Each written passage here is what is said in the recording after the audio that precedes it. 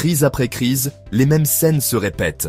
Les marchés s'effondrent, les entreprises licencient, les familles perdent tout, pendant que d'autres semblent étrangement s'en sortir plus riches.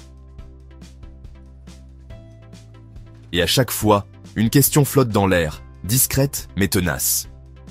Est-ce que ces grandes crises économiques sont de simples accidents de parcours, des phénomènes inévitables, ou sont-elles, d'une façon ou d'une autre, orchestrées dans l'ombre ? Aujourd'hui, on va plonger ensemble dans cette question qui, mine de rien, façonne nos vies plus qu'on ne le croit.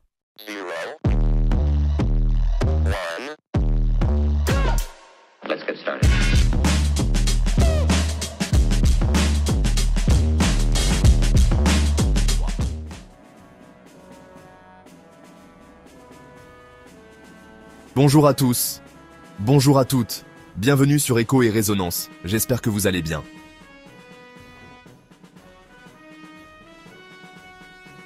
L'histoire de l'économie mondiale ressemble à une boucle sans fin.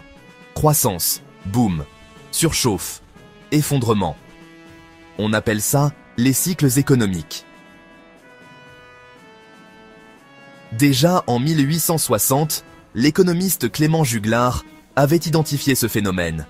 Les marchés montent et descendent à intervalles plus ou moins réguliers. Pourquoi ? Parce que l'économie est avant tout gérée par des humains. Et les humains sont des êtres d'émotion. Optimistes, cupides, craintifs.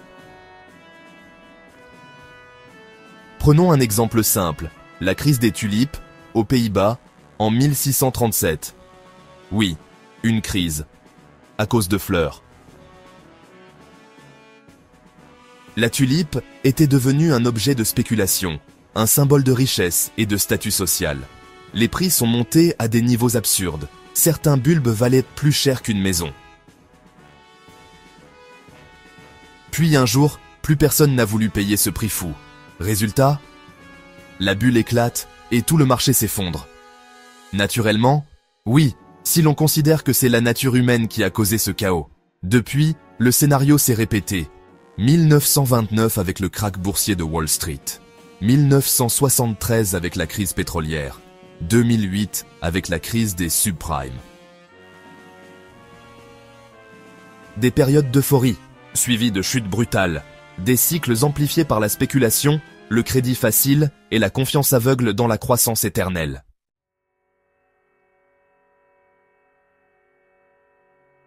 Mais ce schéma, aussi logique soit-il, n'explique pas tout.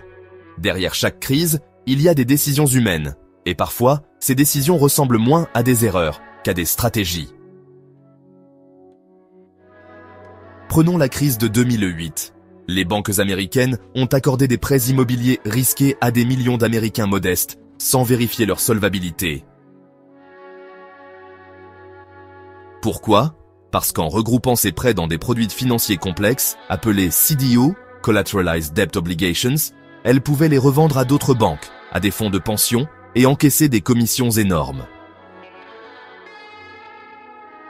Le problème, c'est que tout le monde savait que ces prêts étaient toxiques, mais tant que la bulle gonflait, personne ne disait rien. Quand la bulle a éclaté, la facture a été salée.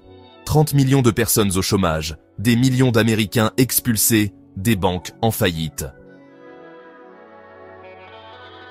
Mais pendant ce temps, certains fonds spéculatifs comme Goldman Sachs ou John Paulson & Co. avaient parié sur la chute et ont engrangé des milliards. Alors, orchestré ou accident ?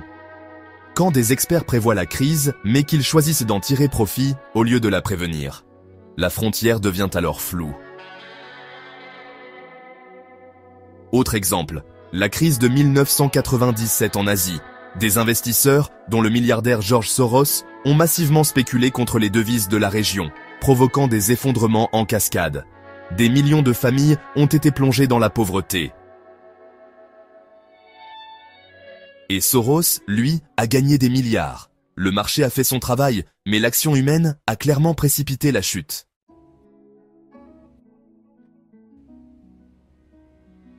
Derrière chaque crise, il y a une redistribution des cartes. Les riches achètent à bas prix. Quand une crise éclate, les actifs comme les maisons, entreprises, actions s'effondrent en valeur. Ceux qui ont du cash ou des liquidités à ce moment-là rachètent tout à prix cassé. Puis, Quand l'économie redémarre, leur fortune explose, les gouvernements s'endettent. Les États injectent des milliards pour sauver les banques, les industries et relancer la machine. Cet argent, ils l'empruntent, et souvent aux mêmes institutions financières qui ont profité de la crise. Et les dettes publiques, ce sont les citoyens qui les remboursent. Les règles du jeu changent. Après chaque crise, sous prétexte de réforme, les lois évoluent. Parfois pour renforcer le contrôle, mais souvent pour protéger encore davantage les grands acteurs économiques. GA 3C. En 2008, les banques étaient soi-disant punies, mais dès 2010, elles avaient déjà retrouvé leurs profits records. Alors, qui profite des crises? Ce ne sont rarement les travailleurs, ni les petites entreprises. Ce sont ceux qui contrôlent la finance mondiale.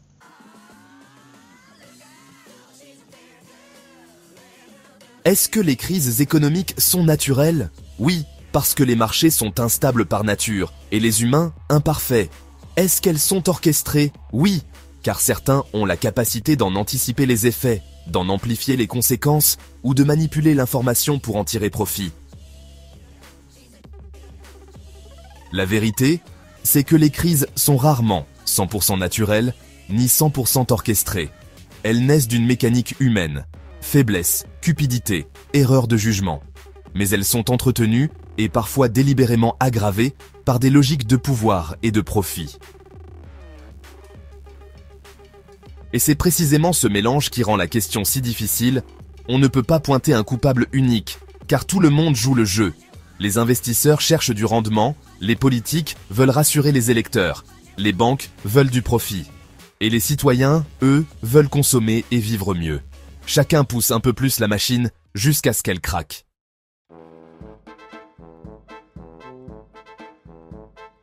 En réalité, comprendre les crises économiques, c'est surtout comprendre notre place dans le système. On nous présente souvent ces événements comme des fatalités, comme si l'économie avait sa propre volonté, indépendante de l'homme. Mais derrière chaque graphique, chaque indice, chaque crack, il y a des choix humains, des gagnants et des perdants. La question n'est donc plus vraiment orchestrée ou naturelle, mais plutôt, qui a le pouvoir de décider quand une crise commence, qui la subit et qui en sort vainqueur? Et si on ouvrait les yeux sur ce jeu, peut-être qu'on cesserait enfin d'être seulement des pions.